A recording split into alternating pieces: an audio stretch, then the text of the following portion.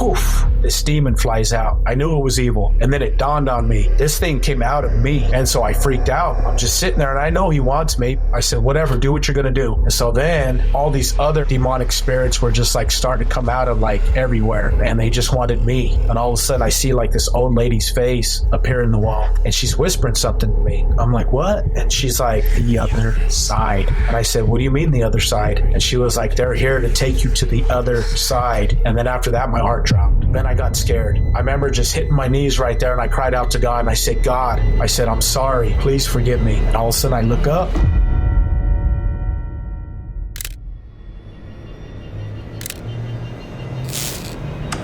Hello, everyone. Welcome back to God's Voice. Today, I am your host, Vladimir Proknevsky, and I have another powerful interview for you with my friend Art Maes, who experienced a supernatural encounter with demons. And then he had a face-to-face conversation with Jesus himself. So you do not want to miss this interview. But before I play it for you, I want to quickly tell you about something very exciting. So today, I launched a brand new private standalone community that's absolutely free to you. And you can join it at family.godsvoiceday.com. And the reason why I created this community, because I want people that love near-death experiences, supernatural encounters, Jesus testimonies, and things of that nature to join that community and share your testimonies, be encouraged by them, and also encourage others as well. So join us at family.godsvoiceday.com. And I look forward to chatting with you inside the community. But until then, here is my conversation with Art Maes. Enjoy.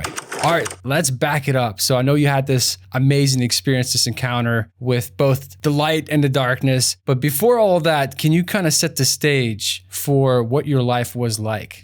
So before I had my experience, I had an identical twin brother. We were like best friends, you know what I mean, when we were kids, and, you know, started off smoking cigarettes, you know, kind of like teenage years and stuff like that. And we never really like wanted to be home and stuff. Once we were able to like go out and play with our friends and stuff like that, it was like we wanted to be outside and be with our friends and stuff. I had a stepdad who was like really strict when we were young. And so we kind of just wanted to be like, well, we can be outside and play. That's what we'd go do. But, you know, just started getting high. I think I was probably like maybe like 12 years old. You know what I mean? When we started, might even been maybe even 11. And I remember the first time, like I got high, it jacked me up pretty good. You know what I mean? Like I didn't really enjoy it. It almost made me sick. But I remember like my twin brother, my friend, they were laughing, and I'm just sitting there laying down, just saying, man, I can't wait till this is over. You know what I mean? So that was the first time. We spent the night at a buddy's house, and then it kind of just took off from there. Then we tried it again. And then I think maybe the second time I liked it. And then next thing you know, it was kind of like we were kind of chasing it. So then what happened after that is we started getting in trouble. We actually started stealing and just trying to get money for our habits. And we ended up getting in trouble. I think I want to say we were like 14 years old. We ended up breaking into a house. It was me and my twin brother and my best friend at the time. And we ended up getting in trouble. We got caught at the mall. We had like all kinds of money from the house that we broke into. My friend's mom found out who's, you know, the house that we broke into. And, you know, she put two and two together. And that was actually like my buddy's friend who lived down the street. We had to go to court and all that stuff. My mom having to take off of work, you know, just to take me and my twin brother to court. And the judge pretty much put us on probation. And so the stipulations with that was, you know, the judge said you're going to be on UAs and you're going to be in a drug rehab program, you know, outpatient. And so at that time, my mom was like, she's like, all right, you guys want to mess around? So here's what I'm going to do. I'm going to split you guys up. So she split up me and my twin brother, and I went to go live with my aunt. So I was pretty much living with my aunt at the time. But then I think it was ninth grade. I just remember I was going to school and I was still getting high, man. I was, you know, smoking weed. And what ended up happening was I kept dropping hot UAs. And then so after that, my auntie and my mom, they put together a sting operation on me. It's kind of like how I remember it. I ended up going to the 10th grade, and I had a job at the time, and I had to go see my drug counselor that day, I remember. And it was supposed to be like some meeting. So I walk in there and I sit down at this long table, and I see like my drug counselor there. I see, I think like, you know, probation, and there was just a bunch of people in there, including my mom, my auntie. And they pretty much just said, you know what? You're just not getting it. here's what we're going to do. You're going to jail. And they're like, you're going to be in juvenile hall until the drug inpatient program opens up for you. And so I was just kind of like, it was a bombshell on me. I kind of felt betrayed. And so what ended up happening is I ended up going to juvenile hall, and I was there, I want to say 2.5 months. And then from there, the drug inpatient program opened up for me. They ended up transporting me there. And that's where I lived from like 10th grade year.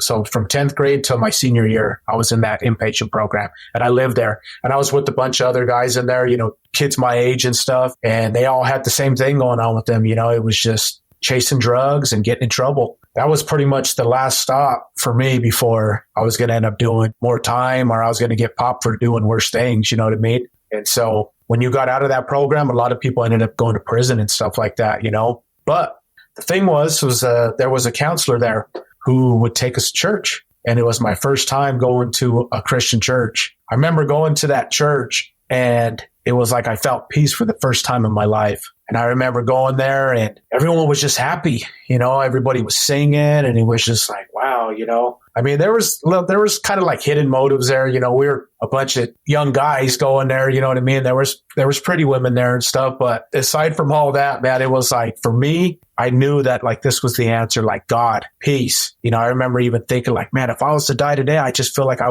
was going to go home. I was going to go with God. Didn't really have a whole lot of knowledge of Jesus Christ. Didn't really have a whole lot of knowledge of the Bible and stuff like that. I just knew that something was different there, and that's what I wanted. I was just at peace the whole time. And then there was a youth pastor who would come over to our home, and he would do a Bible study, and he would teach us about Jesus, and what fascinated me is he said, did you know that Jesus is coming back one day? And I was like, what do you mean? And he's just like, yeah, he's coming back. He's coming back for, those who believe in him. And so I remember laying there in my bunk at night, looking out. I still remember to this day, just looking out the window and just looking up into the sky and just saying, wow, I can't wait for that day to happen. In fact, you're kind of like locked up. So you're kind of like, man, I hope it happens while I'm in this place. And so, but what ended up happening, man, is I ended up getting out. And at that time, I would have been a senior, but I ended up getting my GED. I had the option to either study to when I got out to get my high school diploma or to get my GED. I went the GED route. And, I got out. I was doing good for a little while. I was actually like reading my Bible and stuff. I went back to go live with my mom and my stepdad, and just kind of like working on like that relationship too. I had mentioned that, my stepdad was pretty strict when we were young. And before I got out of that program, he was actually coming to like meetings and stuff like that with my mom. And we would sit down, and we were just kind of getting me ready for the transition out to go back home. Because like I said, at that time, before that, I was living with my aunt. I was going to go back to my mom. So they took me back in. I was doing good for a little while, reading my Bible, trying to just stay focused. And I ended up getting a job. And so what ended up happening is I started hanging out with my old friends again. They were seniors that year, starting to go to parties. And I remember it just started off slow. It started off going to a party. I started like getting high again. In my mind, I was like trying to justify it like, oh, I'm sure God's okay with this. I'm not doing too much. Like I said, I really didn't have a whole lot of knowledge of the Bible or anything. Then it turned into like, oh, I'm able to smoke the whole joint now. I didn't mention this, but even when I was a teenager, when we were getting into weed and stuff like that, we were actually even experimenting with the harder drugs. We were experimenting with crystal meth and kind of doing some of the hard stuff. We would do shrooms and, acid, all that stuff. I mean, we're talking teenager, before even 10th grade, we're messing with these drugs. And so flash forward back to when I'm out, I'm starting to go to parties again, started messing around with the harder drugs again, started messing around, with crystal meth and the stuff that I had no business doing again. But I opened up that door. And at that time, I got involved in a relationship, and I was 18 years old, and I ended up having a son. So my ex from way back in the day or whatever, we ended up having a kid. And he was born, and I was working. Everything was going good. And then it was like tragedy struck in my life. He lived to almost 3 months old, and he ended up passing away. He died a sudden infant death. And it was a huge blow to me because he actually passed away like right next to me in the bed. So I wake up, and, my girlfriend, I remember she was working late. I think she was working at Walgreens. And she ended up getting off work, coming home, and seeing that my son wasn't breathing, so I wake up in a panic, and he's still warm. I could touch his body. He's still warm, but he's not breathing, So, he ended up passing away, and that was a huge blow to me. I felt like it was my fault. I felt like it was the way that I was living, because even though I was working and I was trying to take care of, my girlfriend and my son at the time, I was still getting high. My drug of choice was marijuana. And at that time, I was starting to get into producing music at the time. I just felt like it was personal. I felt like it was like God saying, I took your son because, the way you're living type kind of thing, So I kind of felt like it was a huge blow. I was not mad at God. I actually was turning to him and trying to reconnect with him. I was trying to, I knew it was a wake up call for me. And me and my girlfriend at the time, she ended up leaving me because, I was just wanted to party. I'd go to work and, the weekend would come around and I'd want to drink. And it was getting to the point to where I couldn't handle drinking. I would end up acting a fool. People was always like, what's he going to do this time? Because I was notorious for just getting drunk and then just making a scene. It was getting pretty bad, and then I remember that time of my life, I felt this hole inside, and I knew that God was the way back. And I tried. I even tried like going to church once. And I remember like crying on the way to church, just, waking up from like partying the night before and then on the way to church, just crying. I knew that like God was the way, but it wouldn't last long. I would just go right back, eventually. And then, so me and my girl, we ended up splitting up. She couldn't deal with me anymore. I was just too much for her to handle, And I just remember I was working at this place and, they manufactured wheelchairs there and they hired me as the powder coater, So I'm sitting there working and I'm, going out with friends and partying and stuff like that. And I just remember praying to God and saying, God, I just pray that the next girl that you bring into my life, that she'll believe in you. Because I remember my ex at the time, she didn't have a faith, and I tried to get her to ask her if she would go to church, but she said, I'll go, but I'm not going to believe what you believe, type kind of thing. And so I remember that was one of the prayers I asked God because I was depressed. I was really depressed at that time because we had broken up and, I cared about her, you know what I mean? So it was a huge blow to me. And so I remember asking God, the next girl you bring into my life, I pray that she believe in you. And so I'm sitting here at work one day and my wife now ends up walking in, I'm like 19 years old. She comes walking in and I remember just like, wow, you know what I mean? I'm going to introduce myself. And I ended up finally getting the courage to introduce myself. And it turns out that she ended up losing her daughter and it had been recent. At that time I had lost my son for, maybe a year or something like that. But she had just recently lost her daughter to a birth defect, and, so we just connected, you know what I mean? It was like we had something in common and she had a faith. I remember her, telling me that she had just gotten saved, you know what I mean? She was really leaning on God. She was trying to get stronger with God. And, so we ended up, getting together. But what ended up happening, I was kind of dragging her backwards, because I was still in that lifestyle, drinking, partying. And I remember going to church. She would take me to church. And I just remember thinking like my heart just wasn't in it. You know what I mean? At that time, I was starting to make music and I had a whole different outlook on, I was trying to like blow up and, make it big and stuff like that. Me and my brother and stuff, we were recording in the studio and we were making, songs and we're like, yeah, we're going to blow up, you know what I mean? Type kind of thing. So when I would go to church, I'd just be thinking like, it's just not there. You know what I mean? My whole outlook was just like changing, on life. And it disappointed her. I remember she was just kind of like, trying to get me to like feel it. And I wouldn't, you know what I mean? Like I said, my whole outlook on life was just different. I didn't have, but at the same time, I still had that emptiness inside. And I was getting worse, I was doing, partying. And then it was like, I couldn't just drink, I would start getting into the hard drugs, it'd be like drinking and then have fun to do cocaine, we'd be up all night. We'd be, out at the clubs and I wasn't being faithful, to my girlfriend or, who's my wife now. At that time we were just dating, wasn't being faithful, and, so I was just a mess, man. And, so what ended up happening was it was 2003. I remember it was going to be for my 23rd birthday. I was planning, we're going to go out, we're going to party. We already had things set in motion. Me and my girlfriend, we're fighting at the time. And she's actually pregnant with my son, who's actually 21 now. She's pregnant with him. We're fighting. I'm like, no, I'm going out. She had something else planned for me. She wanted to do, something with us. And then she did not want me going out with my friends because she already knew what we were going to get into, So I ended up leaving and I tied one on for like 2 or 3 days. I was just drinking. And what ended up happening was I was doing drugs. I was doing crystal meth. And I remember, I think it was right around day 3. I think I was coming down and I started getting anxiety attacks. And that was something that I didn't mention either. Before that experience, I remember I was starting to get anxiety attacks after I would drink. And then I would try to like go back to work. You know, that Monday would come around. I was drinking all weekend. And then I would have an anxiety attack. And the first time I had one, I was like, whoa, what is this? You know what I mean? Felt like I was going to die. And it felt like God was like getting my attention with that, like saying, you know, you're on the edge. You know what I mean? And I remember started thinking a lot about life after death. I remember there would be times where I was going to go to the club, you know, and I'd be in the back of the car and I'd just be thinking like, what if this car turns over tonight? What if we die? Where am I going? And then that thought would just come to my mind, like, you're going to go to hell, dude. You know what I mean? Because the way you're living,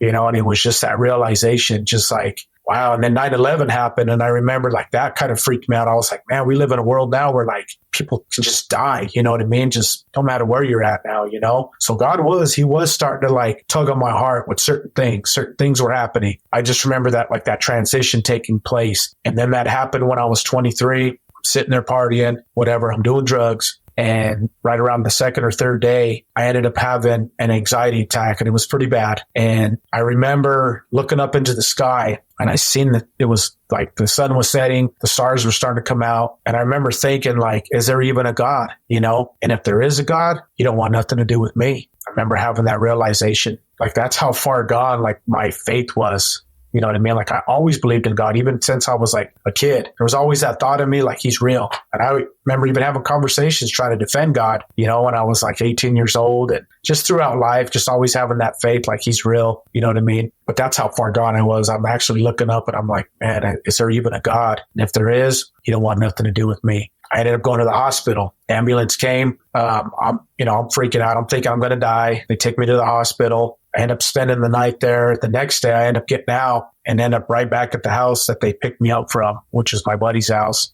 And so I'm sitting there in this chair. And I remember my buddy was in the room with his girlfriend. I'm sitting there in this chair just up by myself. And I'm thinking to myself, like, I'm looking in the bathroom and I see the shower curtain. And I get to thinking, like, what if I can make that shower curtain move? You know what I mean? Just on my own, just by concentrating. And so I'm looking at the shower curtain. All of a sudden, this is no joke, man. I seen that shower curtain move. And I said, whoa. I was like, man. So I'm thinking like, man, maybe I got like some kind of special power or something. Just, you know, just crazy thoughts. So then I'm thinking, you know, so then I look over at the couch and I see this hat sitting there on the couch, or it's just, there's a hat on the couch. And I remember looking at it. And I'm like, what if I can make that hat move? And so I'm looking at this hat and all of a sudden I get it to like kind of make it move. And then I'm like, what if I can make that hat fly into my lap? And so I remember I put my hands out like this and I'm sitting there and I'm going like this, and this smoke ended up coming out of my fingertips and it's kind of cruising and it's going to the hat. And then all of a sudden it just starts going around the hat. And then all of a sudden, poof, this demon flies out. And this thing, he was flying in the air. And he looked kind of like cigarette smoke. That's kind of like, you know, like the color of it. But I remember it was making like this hideous noise, like this growling noise, you know. I knew it was evil, you know, and I was like, whoa.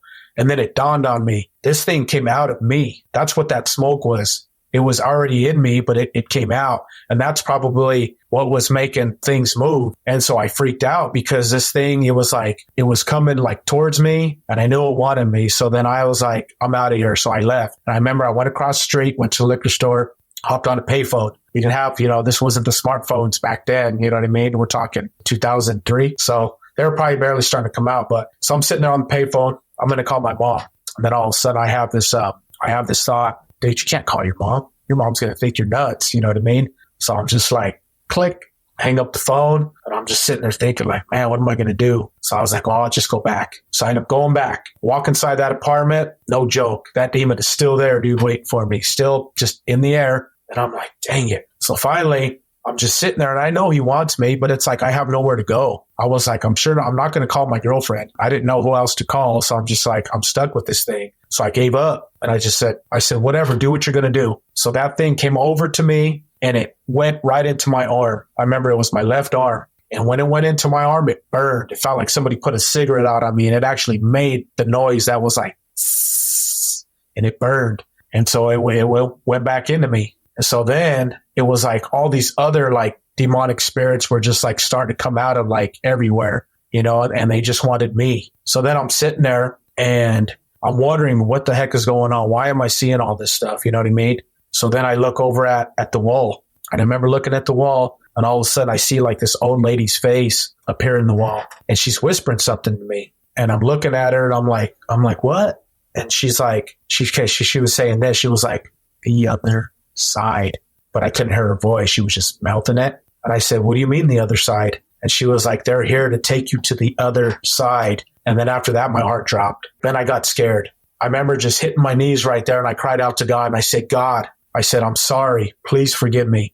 And I cried out to God. I asked for forgiveness. And I remember after that, all of a sudden, it was like those spirits just started to like leave. It went from like a spiritual demonic vision to more like a trip. You know what I mean? Like when you take shrooms or acid or something. And then all of a sudden it just went away. It was gone. And so then I'm sitting there, my buddy's up, and there's other people starting to show up, you know, and they're just like, my buddy Troy, I remember him seeing me in that state. And he was just like, bro, he was like, you all right, man? And I was just like, dude, I was like, I was seeing demons, bro. And he was like, I know, man. He was like, you had us worried, man. And I was like, I'm good now. I was like, everything it's gone, you know? And he was like, cool. He's like, there's a beer in the fridge, man. Go get you a beer. So I go to the fridge, man, crack me a brew. And then he's like, dude, go get some rest, you know, because I'd been up for like 2-3 days, you know. And I ended up going into the room. Remember looking at the dresser, and there was a pipe on the dresser. And so then I end up picking it up, took a hit. After I took that hit, it was just like, I remember I had this thought, and I'm sitting there. I remember he didn't even have a bed, bro. It was just like a mattress. I'm just laying there. He had the walk-in closet, door was open.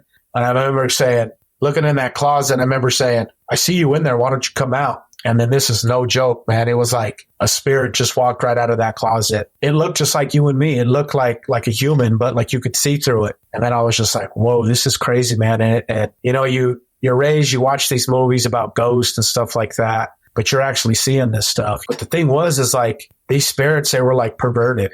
You know what I mean? Like they wanted to do sexual things, you know, because more of them started coming out, and they're starting to do, you know, like perversion things. You know what I mean? And I'm just sitting there just like, oh my gosh, I can't believe this is real. You know what I mean? Like, I can't believe I'm having this experience. So what ended up happening is one of my other friends, he ended up coming in. He was like, come on, bro. He's like, let's go. And I was like, where are we going? He was like, dude, he was like, so-and-so don't want you here anymore. He was like, let's roll. So I ended up leaving, and they took me to my other friend's house. And, you know, they ended up taking me in, and I'm up all night, and I'm seeing like all these spirits, you know what I mean, all night. And then they're asleep. They end up going to sleep. You know, they're in the other room. They're sleeping. I'm up by myself. And I just remember like some of these spirits were like telling me things like, kill yourself, come be with us type kind of stuff. And I kind of thought like it was a trap. You know what I mean? I remember thinking like, something don't seem right about that. They were able to like kind of manifest themselves as like women. At that time, I was 20? I was 23 years old. And so they were like kind of like my age looking, you know what I mean? And some of them almost looked pretty. And they were telling me things like, please kill yourself, you know what I mean? And I'm sitting there like, no, man, I ain't doing that. And so I remember looking over at this wall. And I know I'm getting into detail, man, but I'm sharing everything, you know what I mean, that I remember seeing that night, because it all ties in together. So I'm sitting up, you know, I'm communicating. I remember even one time I wanted to feel what they felt like. So I touched one of them, and it was like electricity. You know what I mean? I remember it was kind of like a static electricity when I touched one of them. I'm in the middle of the night. I'm up by myself, and I remember looking over at the wall like this. And in the wall, I seen who I thought was the devil. And he was just looking at me. And he had like a smile on his face, but I remember his head was just kind of like looking down, and he was just like an evil stare, bro. This is what he looked like. And to me, he kind of looked like a biker. You know what I mean? He almost looked like he had like leathers on, bro. And I end up walking up to that wall, and I'm looking at him. And I remember looking at his face, and I remember seeing it was like a maggot crawled out of his nose and went into the other nostril. He just looked pure evil, man. And I knew that he knew something that I didn't know. He knew something that I didn't know. Like they were waiting. And there was like 2 other people that were with him, and they were evil. You know, they were just as evil as he was. And I remember that like they would taunt me. They would do things like I would look over, and then one would like pull out a shotgun, and he would just be like this, and he'd point at me. And to me, I'm really seeing this. So I'm like ducking, bro. Like I'm thinking I'm about to get blasted. You know what I mean? So I'm kind of freaking out. You know what I mean? And then then I realized, well, they're just toying with me. So I remember going back up to that wall and I'm sitting there and I'm looking, I'm talking to him, I'm asking him questions like, are you Satan? And he's pretty much looking at me, dude, and he's just like nodding. And so I was just like, okay. So then all of a sudden I said, I think I remember saying like, well, if you're Satan, then turn into something evil. And then all of a sudden it was like, there was this old movie when I was a kid and it was called Razorback. It was a horror movie. I think it had something to do with like, it was like this evil pig with horns or something like that. Because I remember having the poster on my wall when I was a kid. But it's like he just went like that. And then all of a sudden it was just this evil looking creature, man, that was huge, bro. Almost, it was like the size of a buffalo. But I remember like the teeth were just super sharp. And in its fur, dude, was just like, almost looked like human souls were in it. You know what I mean? Like it devoured souls, you know what I mean? And it was just grotesque looking, bro. And I was just like looking at this thing like, I was just like, wow, man, this is nuts. You know what I mean? And I remember, like, so it could, if it, I think it was Satan, bro. He could turn into whatever, you know what I mean? Bible even says he can turn into an angel, disguise himself as an angel as light. It was turned into like different figures. I was one of them. I just remember just being kind of tripped out. You know what I mean? Like, I can't believe I'm seeing this stuff, man. This is incredible. And it was almost like, but I wasn't real fearful. You know what I mean? I was just like taking it all in. You know what I mean? And at one point he turned into this dragon, and he was like in the popcorn silly, but he was like in it. I mean, just like an evil looking dragon. And I just remember looking up at him and he was just toying with me, the whole night. He was just like making me, just think weird things, like I'm going to devour you type kind of stuff. You know what I mean? And so that night played on all night. Finally, the morning comes. I'm still up. You know what I mean? I'm still seeing all this stuff. And my buddy ends up getting up and he sees that I'm still up and I'm seeing, just kept telling him, dude, I'm seeing demons, bro. And so my identical twin brother was like, he was in a different apartment, just like down the hall. He was in another different apartment at my other friend's house. So my buddy ends up going over there and he ends up getting my brother. My brother comes over and he sees the condition that I'm in. And so he gets worried. And one of the other things that I remember is before my brother came was I remember I was looking at the carpet and there was these demonic figures that were in the carpet and they were looking at me. And all of a sudden I remember this thing flew out of the carpet and it flew into my arm. And this thing was like, it was crawling up. I remember it was crawling up my arm on the inside of my arm, like it was in a vein or something. And I remember I got scared. That was like the first time this whole experience where I was actually, I felt like I was like something was going to happen, like I was going to die. Like whatever flew into my arm, which was demonic, was working its way up. And the closer I remember it got up, I remember it was like my heart would beat faster. The more it moved up my arm, my heart would beat faster. So I was like, this thing's trying to kill me. And so I remember squeezing my arm like this, trying to keep it from moving up in my arm. And so then I knew, because the demonic realm is, they're deceiving. They almost had me convinced that they were on my side almost. And then all of a sudden, just like that, they turned on me. And I was just like, no, man, they're trying to kill me. So I remember I'm holding my arm. They end up getting me over to, my brother. My brother's just like, he's flipping out. He's never seen me in that state before. You know what I mean? And so he ends up calling the cops, so the cops show up, I'm sitting there, I'm holding my arm, I'm like, this thing can't reach my heart. I'm going to die, The cop ends up showing up and he's like, you know what? He was like, just calm down. He's like, we're just here to help you. He's like, we're not going to arrest you. They're like, what's going on? I don't remember what I told him, but they're like, all right, come with us. Put the cuffs on me just to make sure, everything was cool. And I remember I'm sitting there in the back of this in this cop car and they're driving me down Swedish Medical Center, Denver. They end up taking me there. And I remember going inside the hospital. I was in the hospital room. And I remember they had IVs and stuff in me. You know what I mean? They're trying to, I think, just get me hydrated and they're trying to get me, flushed out, I think is what it was. So I'm sitting there in this hospital room and all of a sudden, like these spirits are just like everywhere in the room. I mean, they're just like, just everywhere, you know what I mean? And I'm just like, man, I'm kind of overwhelmed by it. I'm just like, man, I just can't take this anymore. You know what I mean? And I remember just like looking up and these spirits, they went like this. Poof, he just took off. And I was like, what the heck? I was like, where'd they go? And all of a sudden I look up and all of a sudden Jesus is coming down and he's flying down and I could see and he's kind of just coming down real slow. You know what I mean? And I remember he was gold. And I remember looking up at him and it dawned on me, those demons took off, those spirits took off because he showed up. And so I'm sitting here in that hospital bed and I'm looking up. And I remember two, I don't know if they were angels. I don't know if they were like apostles or what, but they were okay. So let me back up just a little bit. When Jesus came, he was like maybe the size of my hand, but he was like up towards the ceiling. And I remember he was probably about maybe 15 feet, you know what I mean, away from me, but like diagonal and up. So I was looking at him like this, but then two of angels or whatever they were, they come down and they're gold. And I can kind of see through them, but they're gold. You know what I mean? I remember the demonic spirits and everything that I was seeing. They were like the color of like cigarette smoke. And so the one comes to my left-hand side and one comes to the right-hand side of my bed. And they're kneeling down like on one knee. And they're kind of just like looking at me. So I remember looking to the one on my left. And I remember I was telling him, I'm sorry for the way I was living, you know, this and that. I'm like giving him a whole spiel. And I remember he looked at me and he didn't talk to me. He just looked at me and he went, and they were both going like this. You know what I mean? They were like, I knew what they were throwing down. They were saying, don't tell us that, tell him that, you know? So then I focused my attention back to Jesus and I just started pleading. I said, Lord, I'm sorry, Lord, for the way I've been living, you know, this and that. And I'm just giving him a whole spill. You know that we grew up kind of rough, you know, this. And, you know, I'm like, I'm telling him that I'm sorry, you know. But I remember the Lord, he just kept looking at me and he kept going like this. You know, he was just going like that with his finger. And so he just wasn't hearing anything that I was telling him, you know what I mean? And so I just remember asking him, I said, Lord, does this mean that I'm going to be, you know, separated from you? And I remember he was just like, you know, like nod his head, yes. And then, and I was like, well, if I'm going to be separated from you, does that mean that I'm going to hell? And he was just like, you know, he was just like telling me yes. And then I remember at one point, I'll never forget this. He looked like he grabbed a lever and then he just pulled it down like this. And it was almost like he was telling me, you're done, you know what I mean, type kind of thing.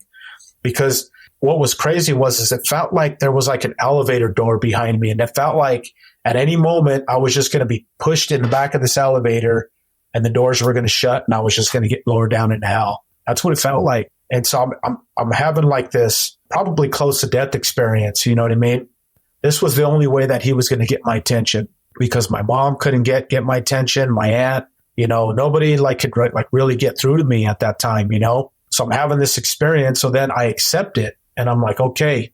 I was like, well, I guess it just is what it is then, you know what I mean? And so the Lord, I remember he left on a spiral staircase. He walked up that spiral staircase slow. And I just remember just feeling guilt. And I remember feeling like I wasted my life. You know what I mean? Like now I'm going to die. I'm sitting here. The Lord's already, you know, pretty much said, that's it. You're done. And he didn't talk to me with words, but it was just like with hand gestures and stuff and yes or no. And so I accepted it. I was like, man, I'm going to hell. So then these spirits, they come back up. These spirits, they looked kind of just like you and me. At that time, I'm 23 years old. So some of them kind of looked like street thugs, you know, they had clothes on. Some of them are even smoking cigarettes. And I'm just tripping out. I'm just like, and they're telling me things like, man, you mind when you get down there. You know what I mean? And I'm just like, what? To me, I'm trying to act tough because it felt like I was going to prison. And I was like, I can't punk down. You know what I mean? I got to act tough because if I get down there and I'm weak, they're going to roll me up. That's what it felt like. It felt like I was going to prison because I went to the Scared Straights programs. I've been inside prisons, you know, where they take you to the cell blocks and the inmates scare you and all that.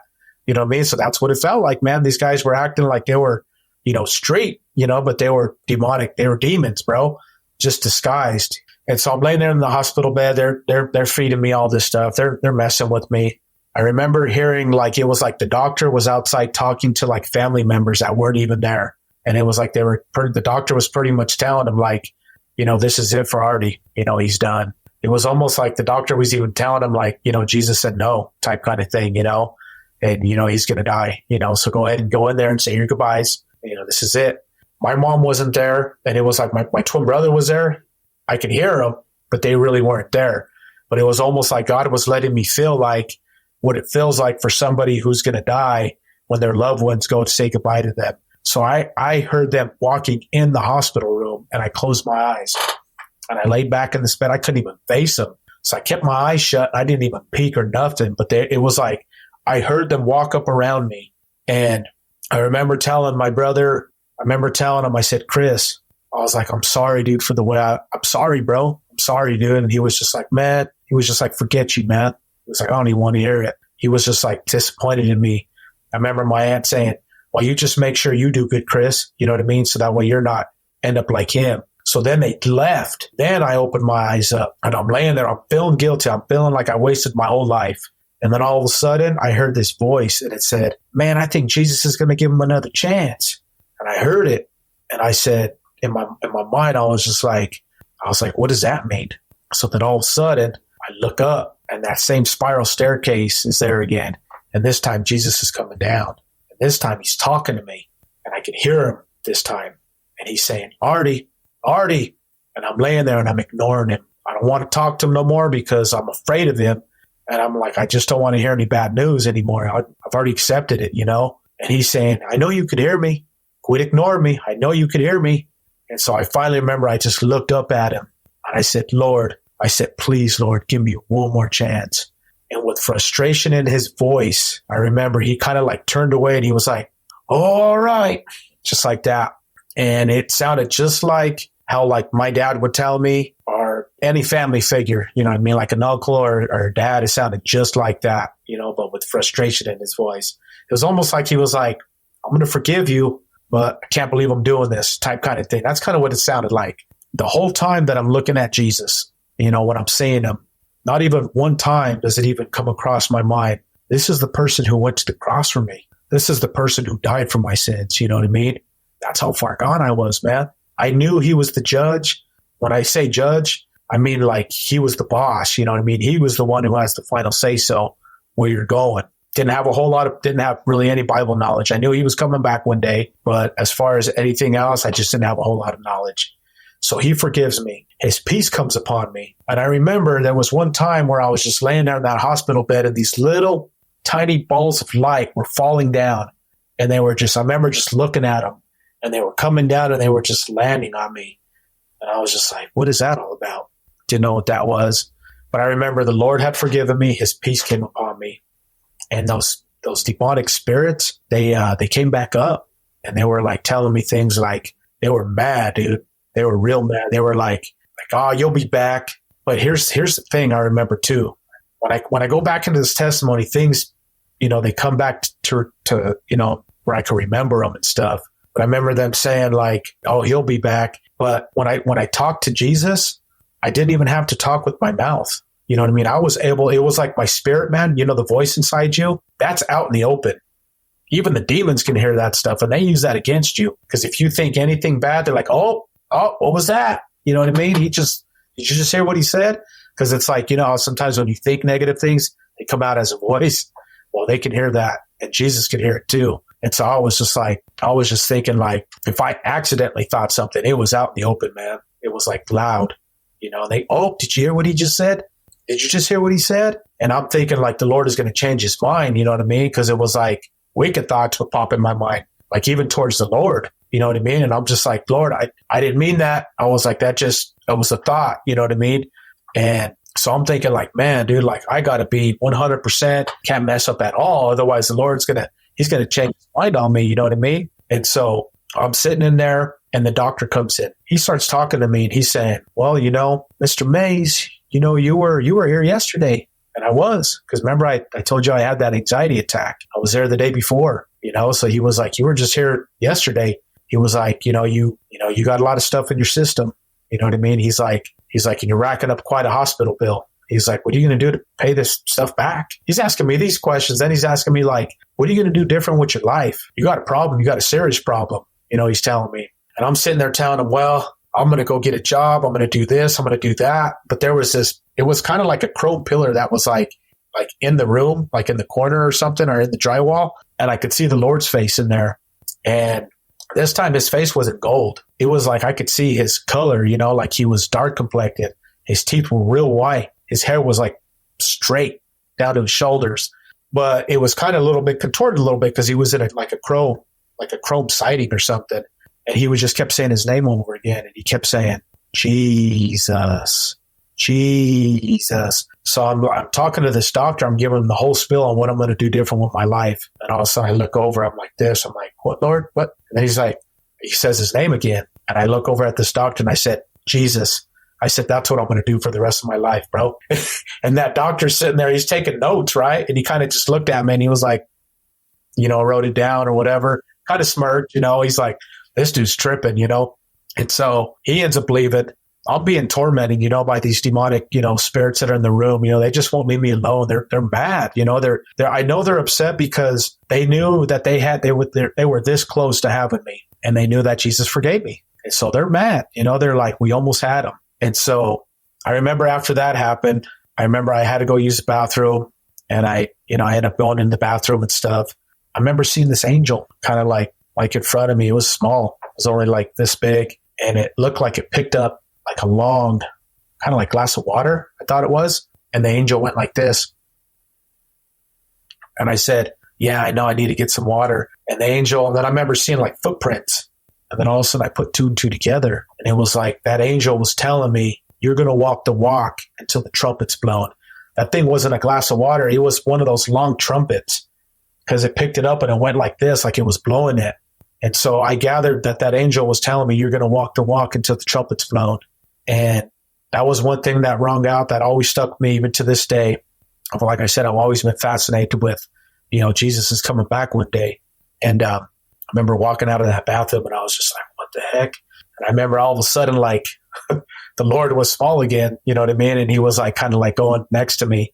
And I remember him saying, he's like, all right, Art, just like that. And it was just like, the way he said it though was just kind of like, give you another chance. Let's, don't let me down type kind of thing. All right, Art. I said, all right, Lord. Went back into the room, sat there, looked over at the wall. Now I could see the Lord. And he's like in a different place. This time he's not gold. This time I could see him in full color. White robe, blue sash over that white robe, brown hair. I could see his complexion, everything. But this time, and I know it sounds crazy, but this is what I seen, man. This is what I seen. He was on a beach. And he was with the tribe, and they looked like they were like an Indian tribe. I don't know what they were, but I remember looking over and there was an ocean, and there was a whale that was washed up on the ocean shore, and the whale was just flapping. It was a big giant. It was like what's the biggest whale? Like, what is it? Those, I don't know if it's a killer whale or whatever. It was a big whale, dude. It's washed up like black and white, huge, flat, splashing its tail in the ocean. And that whale had a smile on its face. I'm sitting there and I'm just like, what the heck is going on here? And I'm seeing the Lord, and he's with this tribe. When me and my brother were kids, we were always fascinated with like martial arts and stuff. And I look over at the Lord, and I'm not joking. I know it sounds wild and it's weird even, maybe to some people. But the Lord, he had like this staff in his arm. And he's doing like martial arts with this tribe out there on the beach. And I ain't never seen this kind of martial arts before. I've seen a lot of movies, seen all the Van Dammes, all the, you know what I'm saying? The Bruce Lees, all that stuff. Jackie Chan, dude, what he was doing with this staff, dude, I've never seen it. Never seen it. Not on this earth. I haven't seen it. And I was blown away. I was like, oh my gosh, man. Like, Jesus is cool, man. Like you know what I mean? Like, you think he's just up there in heaven, just sitting down on this throne? I mean, he does that too, but Jesus can do all things. You know what I mean? I was just blind. I remember, like, he showed me that. And if I could say where that was at, I don't know where it was at, but I would say maybe the 1,000-year reign. I don't know. I know that one day he's coming back. He's gonna set up his kingdom on this earth, and we're gonna reign for 1,000 years, with him. And so that's kind of what I think he was showing me, like. And so what ended up happening is I ended up seeing, he was showing me things like that. And I remember just I finally started getting tired. And I remember even my mom called the hospital. They got a hold of my mom. I'm on the phone with my mom, and my mom's just telling me, like, what the heck's going on? And I'm like, Mom, I was like, I just seen Jesus. I was like, Jesus just gave me another chance. And my mom's telling me, like, you better get your stuff together, boy. You know what I mean? She's like, you're out of control, telling me stuff like that. And I just remember I just kept telling her, like, Mom, it's going to be all right. I was like, Mom, I seen Jesus. He gave me another chance. Everything's going to be fine. You know what I mean? And so I remember having that conversation with her the next day. And it was really her. You know what I mean? This wasn't like like they actually gave me the phone. I remember they called me out. They said, your mom's on the phone. And so the next day I wake up and I'm in a psych ward. They ended up, admitted me from where I was at before to the actual psych ward. And I remember waking up because the nurse came in and she's like bringing in breakfast, a tray. And she's like, yeah, why don't you go ahead and get up and, eat breakfast. And, we're going to have some arts and crafts, over in that other room. And I was just like, and she ended up leaving and my clothes are all folded up on the chair and stuff. And I ended up getting up. As soon as she left, I remember I just crawled out of that hospital bed and I hit my knees right there, man. And I lifted my hands up and I said, Jesus. I said, Lord. I was like, I remember everything that I seen yesterday. I remember what you told me. And I was like, and I'm serious, Lord. I was like, I'm yours. And I think I hopped back in the bed and I went to sleep. And then so what ended up happening is my wife now, girlfriend at the time, pregnant with my son, ends up going to the hospital while I'm there.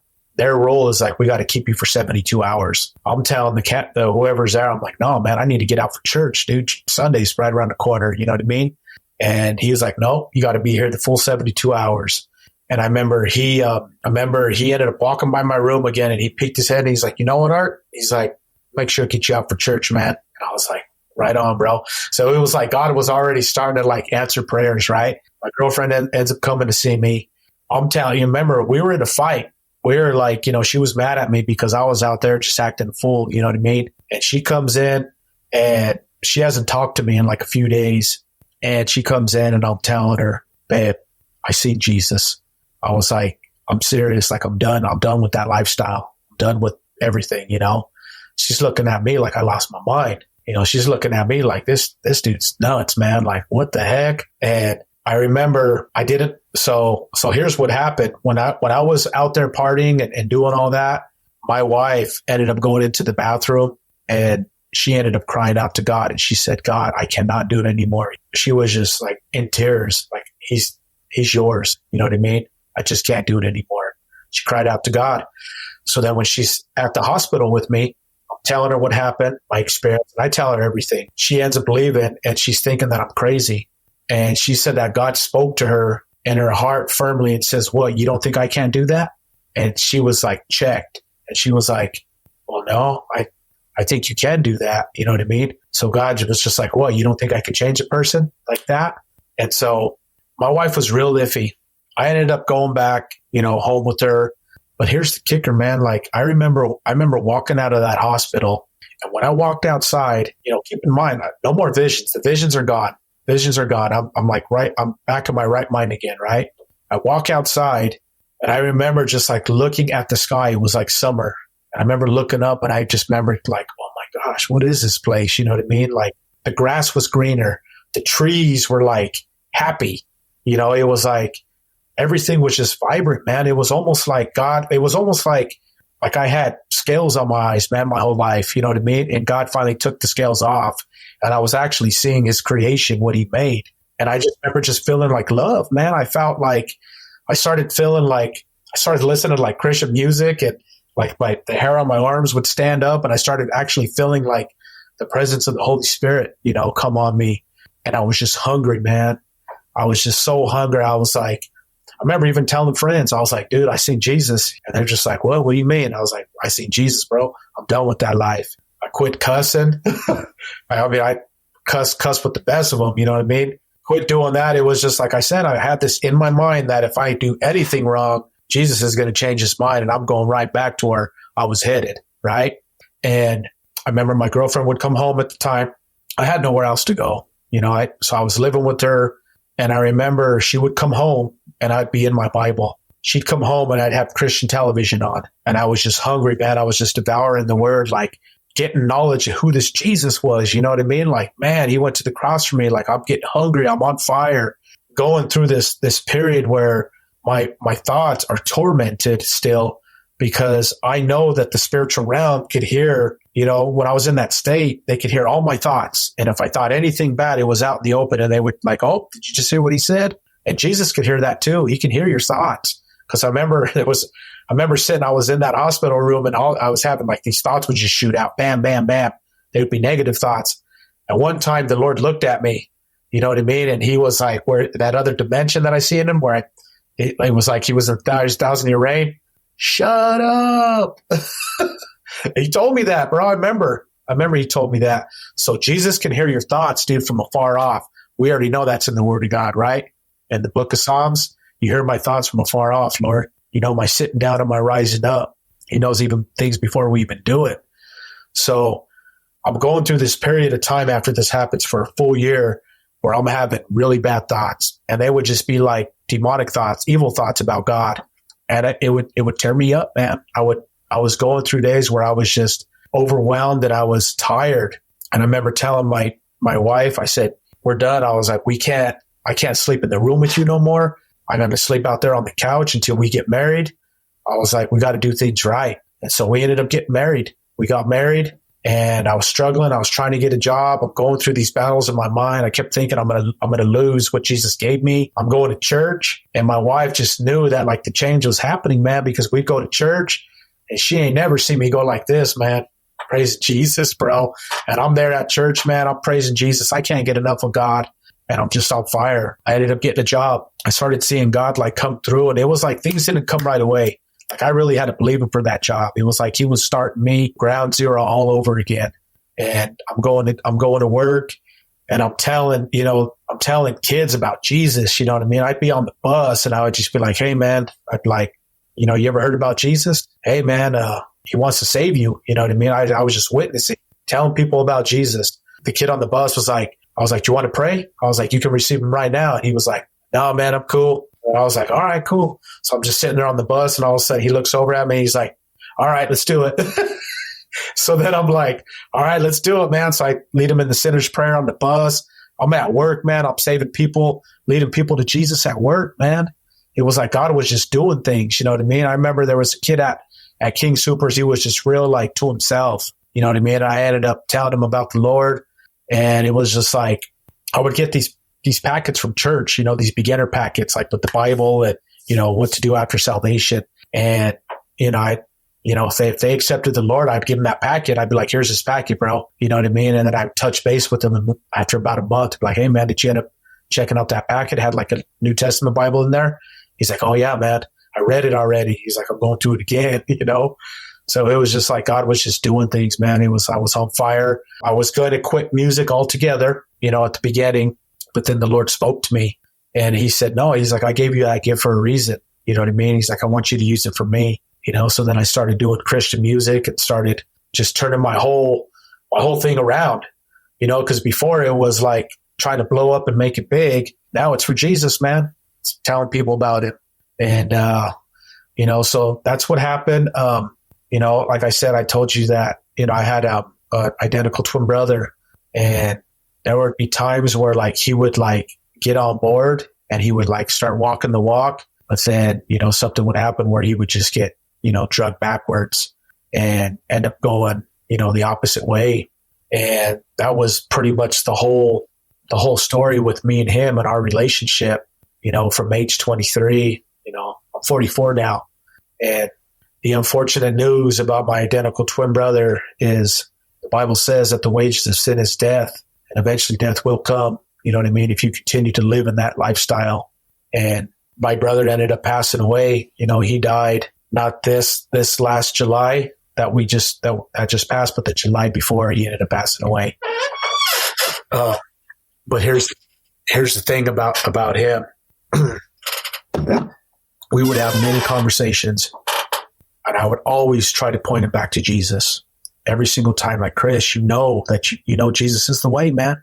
And the way that you're living is keeping us, from having a relationship." And he would know that. There'd be times where he just wouldn't even call me, But then, so he was like in and out of jail all the time. And then one of the last times that he got out of jail, and it was one of my worst fears, man, was my twin brother losing him. And I end up coming home from work and I get a phone call, and my auntie saying that your brother, is at Denver Health. You know what I mean? He's in a coma. And my heart just dropped, man, because I was like, man, I knew it, man. I knew something was going to eventually happen. And so what ended up happening is they found him out in the field in Denver, and he barely had a pulse. Okay. So they ended up starting his heart. they were taking him to the hospital. His heart, they ended up starting his heart again, but then they lost him again. So they're doing CPR on him, trying to bring him back, right? And after they said they did I think it was three cycles on him or something, equivalent to a half hour of CPR on him. Finally got his heart started again. His heart ends up starting again, but he's in this coma, right? Because he ended up suffering brain injury from the lack of oxygen to the brain. And I'm sitting there and I'm just devastated, and we're there. And so this was one of the dark storms that I had to go, through in my life. And I held on to him. We held on to him because my hope was that Jesus was going to heal him and that he was going to come back, And so we held on to him for almost a whole year. And there was times where we thought he was going to bounce back, because he got to the point to where, he could open up his eyes and, he'd look around, but he could never do anything on his own. I could never say, Chris, follow my finger this way or that way. He could never do that. It was just wherever he was looking. And he just went through this horrible time, you know what I mean? But I think, and this is what I believe, is that had my brother died that day, he would have had no chance. There would have been no chance for him. But I believe that the Lord in his grace allowed his heart to get started again, because from the research that I've done, that people that have these suffer these brain injuries, because some people have made it out of them, and they come back saying, no, I was there. I could hear the doctors. I could hear everything. I just couldn't communicate with you guys. My brother had a trach in his throat, so the vocal cords, weren't even connected. And so I believe that the Lord in his grace allowed his heart to get started again, but that was going to be it. It's this is it. You know what I mean? You're going to be in this hospital bed now. And the only way you can communicate to me is through prayer. And I believe that the Lord gave him a year to cry out to him and to get ready for, you know what I mean? Pretty much, the Lord already knew what was going to happen. I was hoping that he was going to get healed, but that never happened. You know what I mean? But I would go visit him. It was a weekly thing. My wife would go visit him during the day, during the week. And then I would go visit him. Sunday was my day where I would go and visit him. And I would just sit there with him, man, and I would hold his hands, and his eyes would be open. And I would just tell him, Chris, you know what I mean? Jesus loves you, bro. And if I know my brother, I know he was already crying out to Jesus. I know that he was probably guilty, saying Lord, please, save me. And so we had a whole year with him, to, talk with him. And finally his health just declined. And I just knew, I knew it was time. And his feeding tube ended up coming out of his stomach. After we had admitted him to hospice, his feeding tube came out. That was a decision I was going to have to make, but it was almost like God allowed that to happen to where I didn't have to make that decision. And so after his feeding tube came out, he lasted 2 more days and then he finally passed. And so that was definitely a trial that I went through to where I myself felt like I was going to lose it, because like I said, that's my identical twin brother, man. We was, best friends as kids, I went through my thing. We got in trouble. I remember I ended up going to the drug rehab program. He ended up going to ROP, Rites of Passage. He was in Nevada. I'm over here doing my thing. He ended up getting out. We got out kind of at the same time, and we were just tight. But then once I got saved, once I gave my heart to Jesus, it was kind of there was always that thing in between us. And it was he knew that we could, and I would always tell him, Chris, all you got to do is just follow Jesus, man. I was we could have this relationship, and he, but it just caught up with him. That was that, but I believe he's home. I believe he's up there, God in his grace. I believe that the Lord gave him that time. Man, what a story. The whole time I'm listening to you, I totally forgot that I'm interviewing you. Yeah. I just got so caught up in the story, right, that, I felt like I was right there with you with the story. And I'm so sorry to hear you lost your brother. It hits hard for me because I'm also a twin. I have an identical twin brother. Right.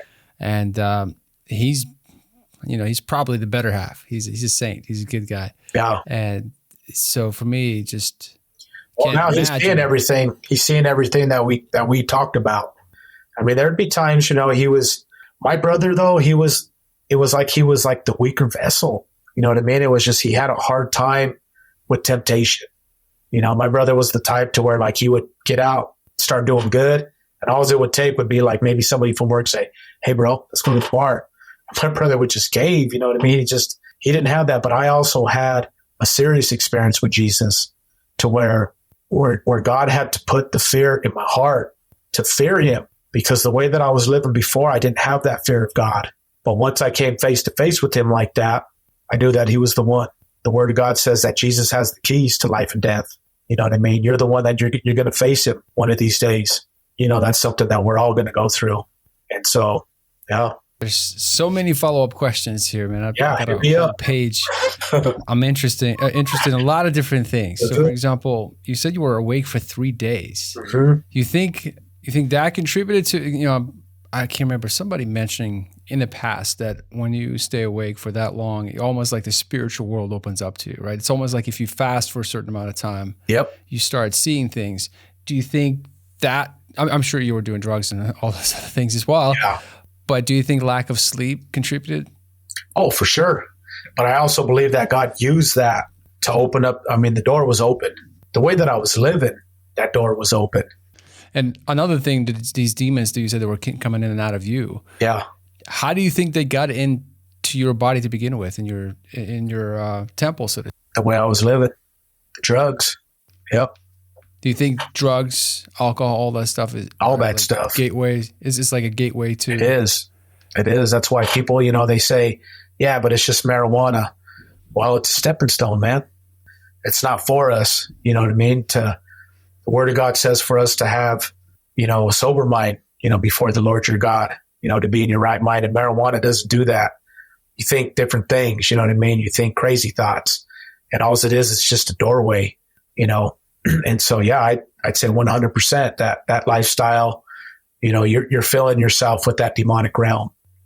What about alcohol, for example? Like a lot of Christians, especially in this country, it's like alcohol, beer, wine. It's like it's the norm. Yeah. But anything harder than that is like, oh, that's bad. What do you say to that? I lean on the scriptures for that, and Jesus says that drunkards will not inherit the kingdom of God. So if that alcohol has become something in your life to where it's no longer like a social thing, a wedding or a celebration, wedding anniversary, those types of things. If you're getting drunk and you got a problem, then it's become something in your life to where that's an open door.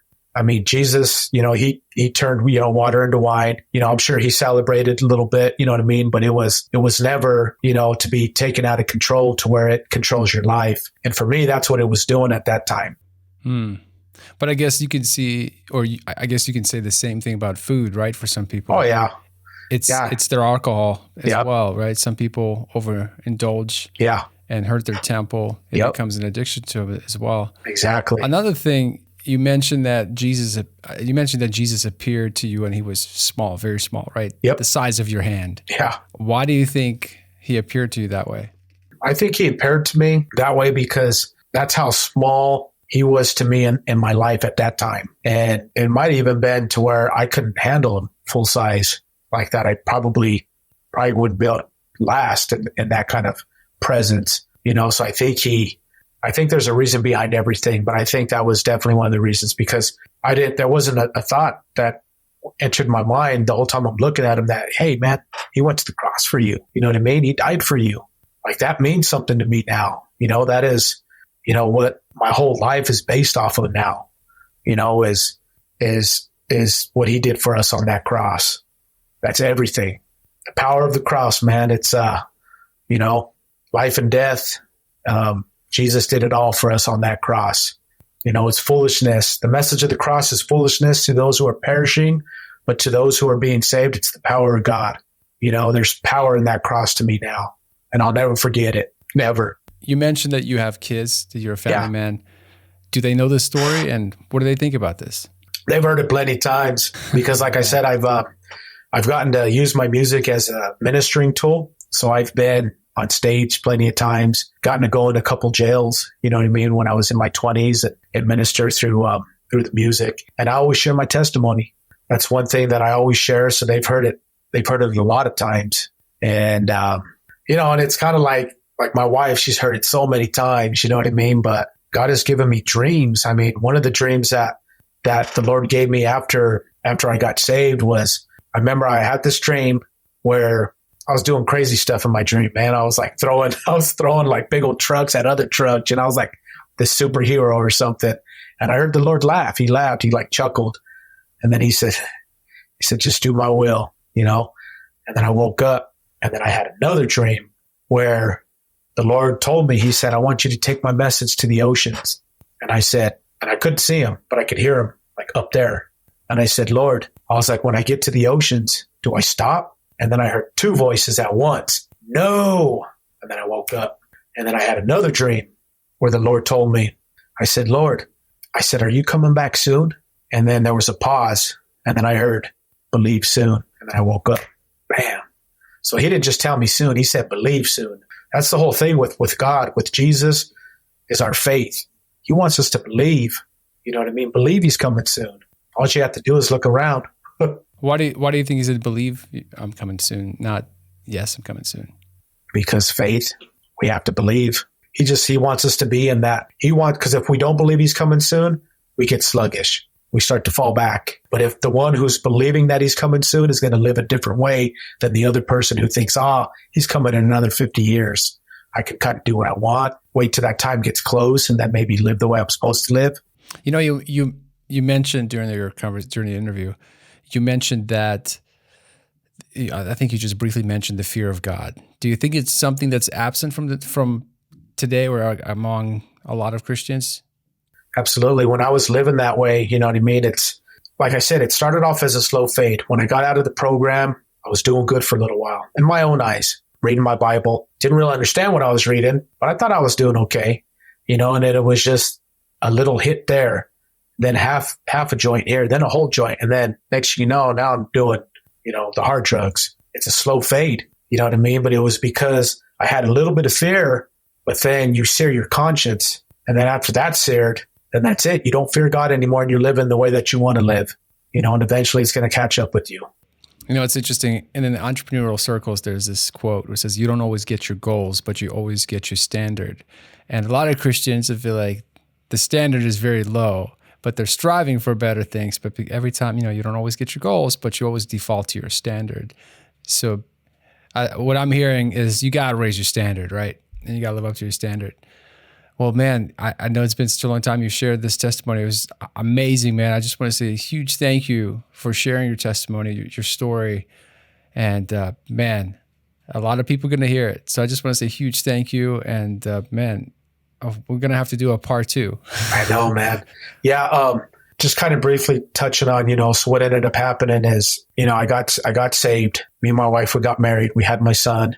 The Lord opened up, you know, employment for me. He started me off small, man. I got a job at King Soopers, ended up going to Westwood College, got my associates in HVAC, ended up getting into the apprenticeship program, became a pipe fitter, and I've been doing that ever since. So next May will be 20 years doing that. And I've got to work around a lot of people, you know, and it seems like every job I'm on, the Lord always has somebody, and there's always a conversation that can open up to where I can share my testimony with them. Or I can tell them about Jesus somehow, some way. You know what I mean? Try to use wisdom. I always, you know, I try to make sure it's authentic.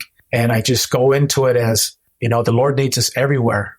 You know what I mean? It doesn't matter where you're at. You know, I mean, for the longest time, I wanted to do 100% music, you know, for ministry 100%. Even prayed and asked God when I was in my apprenticeship, 5-year apprenticeship program. I'm like 3 years in. I'm like, Lord, I don't want to do this anymore. I just want to make music. You know what I mean? Please let me leave. And it was just like, the Lord didn't answer me on that one. And I kind of took it as like, no, man, I need you here. You know what I mean? I have plans for you.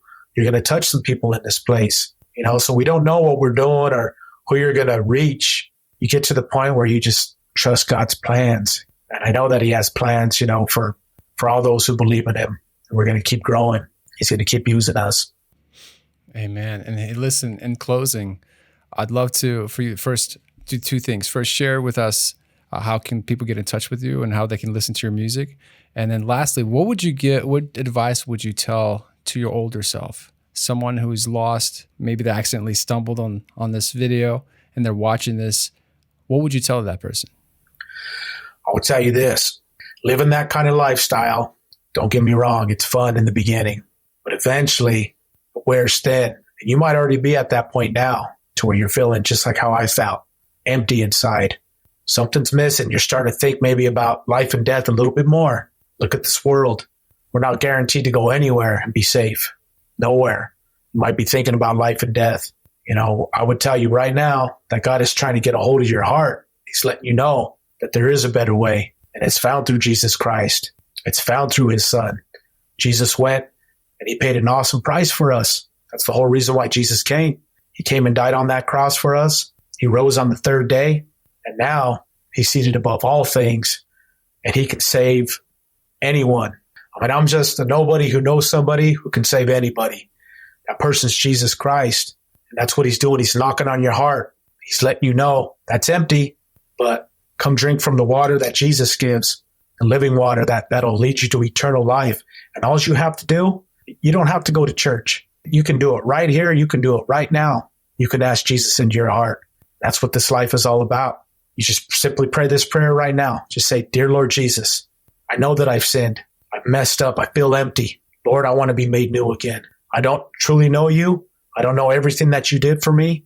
But if you can save that man, then I believe that you can save me. So Lord Jesus, please, here right now, forgive me for my sins. Wash me clean. I give you permission right now, Lord, to come into my heart and to save me and to write my name in your book that I may have everlasting life. And if you prayed that prayer right there and you meant it with your heart, it's a done deal. You've passed from death unto life and you're born again. That means that when you live this life and you take your final breath, you have a place with God and you'll be with him for all eternity. And I would encourage you, open up that book, open up the Bible, read it with an open heart, and you'll see that his word is true and that he has, the word of God says he has pleasures. He has pleasures for us, man, at his right hand. You know what I mean? Pleasures forevermore. And then begin your journey with Jesus. Jesus is the way. Amen. Amen. Art, you've been so generous with your time. I just want to say a huge thank you. And before we leave, can you let everyone know how they can get in touch with you and where they can listen to your music? Yes. You can, if you look up Servant on YouTube, it's SIR, hit the space bar, VAANT. So my rap name is Servant, and it's kind of like a slang for servant. So you can find me on YouTube. You can find my music on Apple Music, Spotify, on all your major streaming platforms. I'm also on TikTok. You can look up at the Silencer, just the at, and then THESILENSA. And then you guys can find my music and get a hold of me that way too. Even if you go into my YouTube and then you reach out through comments or whatever, I'll reply back. Sounds good. And I'll make sure to include everything in the description below. So if you didn't get any of that, just check the description below. You'll see all the links. Art, thank you so much. Hey, have a blessed rest of the day. And thank you again for sharing your journey with us, man. Man, God bless you guys. God bless you, brother. Thank you. Hey, thank you so much for watching this interview. I hope you enjoyed it. And let's keep this conversation going. I want to chat with you in our private community at family.godsvoiceday.com. It's completely free, so join it. Let's keep this conversation going. And if you love near-death experiences, then I have another very powerful testimony that you don't want to miss. It should be coming up here on the screen. The next video is with my friend Mark Nelson, who lived a homosexual lifestyle, died, flatlined for 22 minutes, and had an encounter with the living God. So you don't want to miss that testimony. Check the description below if you don't see it popping up here on the screen. But until next time, have a great rest of the day. And I look forward to chatting with you in our private community at family.godsvoiceday.com. Talk soon. Bye-bye.